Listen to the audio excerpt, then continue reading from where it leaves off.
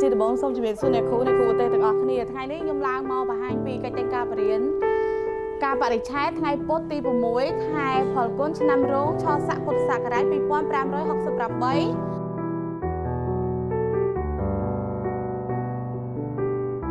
ចានាងខ្ញុំឈ្មោះឡូផលីមកពីសាលាមត្តេយ្យសមសូល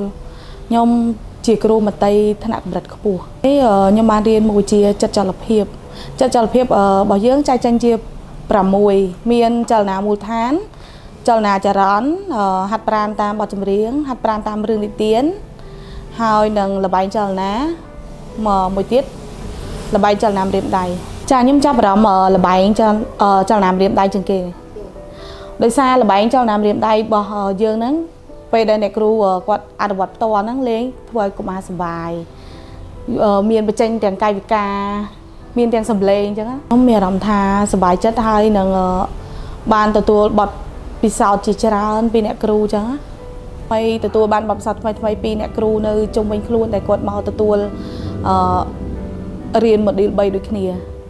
ចាខ្ញុំនឹងយកចំណេះដឹងរបស់ខ្ញុំយកទៅចែករំលែកដល់កុមារដែលគាត់នៅក្នុងបន្ទុកថ្នាក់របស់ខ្ញុំនិងកុមារផ្សេងហើយនឹងអ្នកគ្រូ